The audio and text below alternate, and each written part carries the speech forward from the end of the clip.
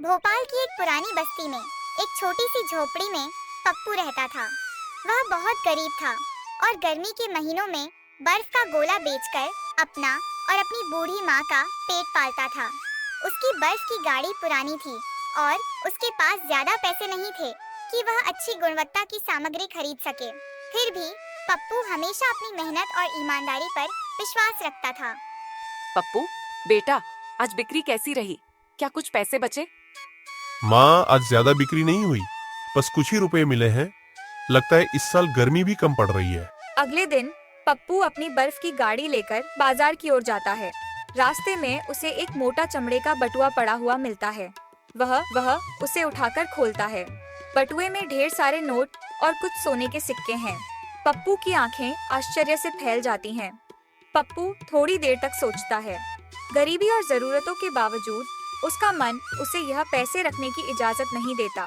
उसे लगता है कि यह किसी जरूरतमंद का पैसा होगा। नहीं, यह गलत है। ये मेरा पैसा नहीं है। मुझे इसे सही मालिक तक पहुंचाना चाहिए।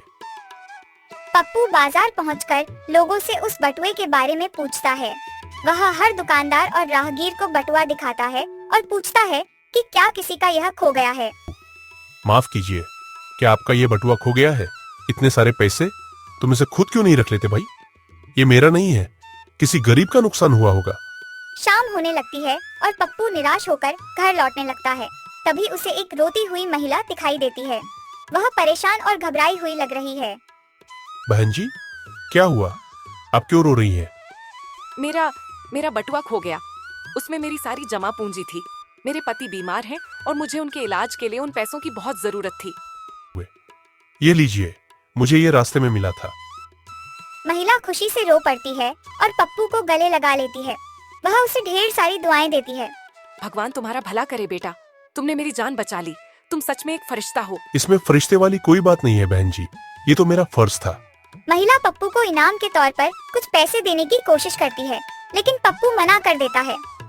नहीं बहन जी, मुझे कोई इनाम नहीं चाहिए।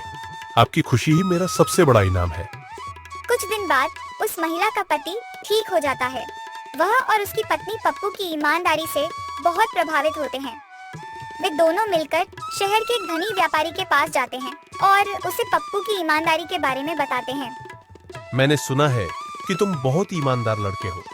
तुमने एक गरीब महिला की मदद की, जबकि तुम खुद भी गरीब हो। जी सेठ जी, मैंने वही किया जो मुझे सही लगा। पप्पू, तुम्हारी ईमानदारी ने मेरा दिल जीत लिया। मैं तुम्हें अपनी फैक्ट्री में मैनेजर की नौकरी देता हूँ। तुम्हें अच्छी तनख्वाह मिलेगी और तुम्हारी माँ का भी अच्छे से इलाज हो सकेगा। आश्चर्य और खुशी से। सेठ जी, क्या सच में? मैं आपका बहुत आभारी रहूंगा। पप्पू अब और गरीब नहीं रहता। वह अपनी मेहनत और ईमानदारी से अच्छी कमाई करता है। उसकी माँ का अच्छे से इलाज होता है और वे दोनों खुशी से जीवन बिताते हैं। पप्पू कभी भी अपनी गरीबी को अपनी ईमानदारी पर हावी नहीं होने देता और हमेशा दूसरों की मदद के लिए तैयार रहता है।